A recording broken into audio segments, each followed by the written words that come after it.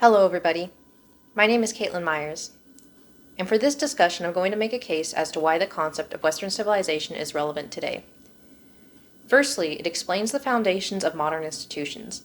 Many core features of today's world emerged from Western historical developments: constitutional government, rule of law, representative democracy, individual rights, market economies, and even modern science. These ideas did not appear spontaneously, they evolved through specific historical moments. Ancient Greek political thought, like that of Aristotle, Cicero, and John Locke.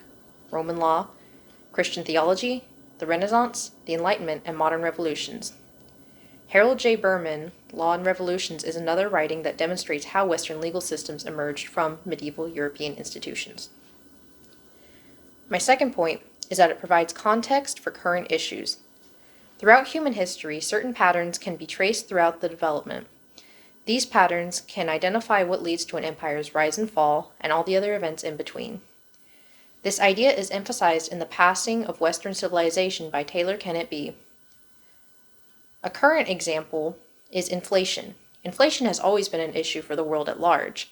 However, it's one that we can have several specific examples from Western civilizations that we can trace and see what is and isn't effective methods of managing it.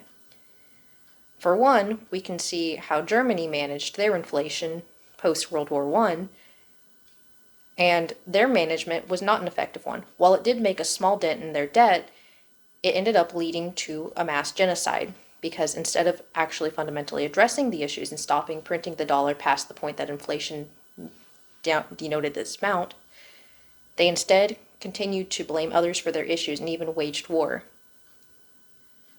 During this time, however, the United States was also going through a recession. After the Great Depression, our inflation had skyrocketed. And while we did not completely eliminate the debt, our country focused instead on generating new jobs to help our citizens to escape debts during inflation. While this wasn't a perfect method, it was more effective than ones that other countries were employing. So, if we look at current economics and the way that we're dealing with inflation currently, we can look at past Western civilizations and how they managed these issues as an example of what would be effective means and what wouldn't. My next point is that it encourages historical literacy rather than cultural amnesia. Rejecting the study of Western civilization does not erase its influence, it merely obscures it. Whether one seeks to defend, reform, or criticize Western institutions, doing so effectively requires understanding how they came to be.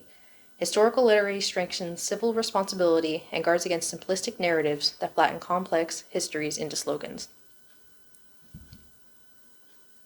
And my last point is that it teaches how ideas evolve through debate and self-criticism.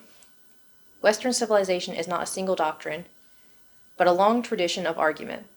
Concepts like liberty, equality, justice, and reason are constantly challenged, revised, and expanded. The abolition of slavery, women's rights, religious tolerance, and democratic expansion all emerged through internal critique rather than through passive inheritance. This tradition of self-correlation remains essential in a time when societies must adapt to rapid technologies, social and ethical change. Alasdair Mellentier's work After Virtue frames Western moral philosophy as an ongoing argumentative tradition.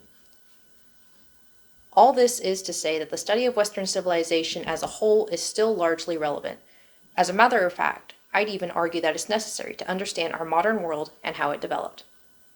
Thank you for listening.